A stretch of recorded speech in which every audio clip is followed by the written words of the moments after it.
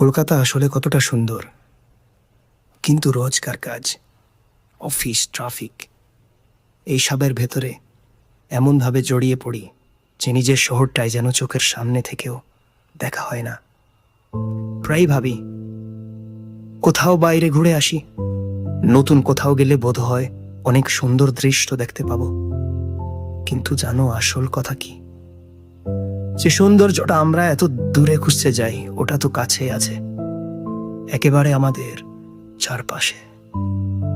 একটা খোলা মাঠ, সবুজ ঘাসে ভরা একটা সকাল, শুধু সময়টা ঠিক হলে আর মনটা একটু শান্ত থাকলেই সবকিছু যেন অন্যরকম লাগে। আসলে ব্যাপারটা জায়গার নয়, ব্যাপারটা দৃষ্টিভঙ্গির আর একটা সঠিক সময়ের।